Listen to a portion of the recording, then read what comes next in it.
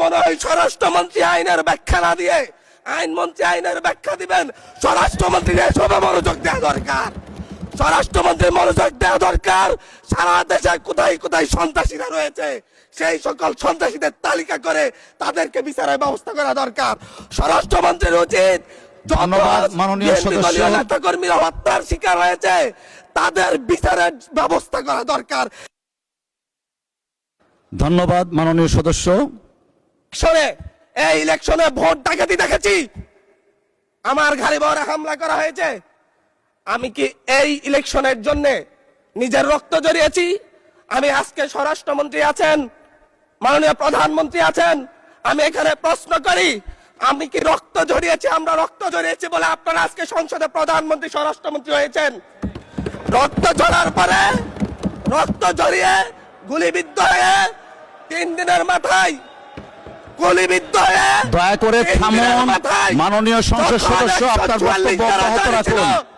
144 ধারার মধ্যে আবার নিজেই গুলিবিদ্ধ পা দিয়ে বের হয়ে গিয়ে সংবাদ সম্মেলন করে বলেছি আবার রাস্তায় নামুন, আজকে প্রতিহত হতে হবে। আমরা বলেছি নতুন বাংলাদেশ দিব। আমরা নতুন বাংলাদেশ আবার প্রতারণার রাজনীতি দেখতে চাই না, প্রবঞ্চনার রাজনীতি দেখতে চাই না। যেই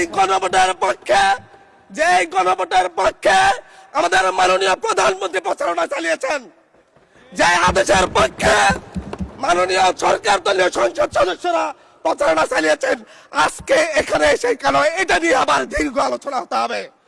আমরা 90-এর গণঅভ্যুত্থানের কথা বলে যাই নাই।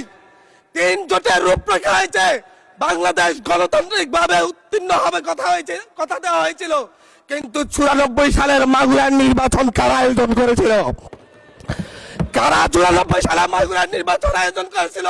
আজকে আবার এই সংসদে দাঁড়িয়ে আবার এমন একটা ব্যবস্থা নিয়ে যাচ্ছেন, আরেকবার যে মাগুরার নির্বাচন আয়োজন করবেন না এর নিশ্চয় দেখিয়ে দিবে, এর নিশ্চয় দেখিয়ে দিবে। আমি আমার সবচাইতে কম বয়সী প্রার্থী হিসাবে নিজের প্রার্থীটা জমা দিয়ে এলাকায় গিয়েছি প্রচারণা করতে, 3বার হামলার শিকার হতে হয়েছে। আমি সংসদ সদস্য হিসাবে এলাকায় গিয়েছি, সেই জায়গায় আমার উপর হামলা করেছে, সরাসরি ভিডিওতে দেখা গিয়েছে। অস্ত্র নিয়ে, দেশীয় অস্ত্র নিয়ে আমাকে কোপাতে আসা হয়েছে। তারা কারা?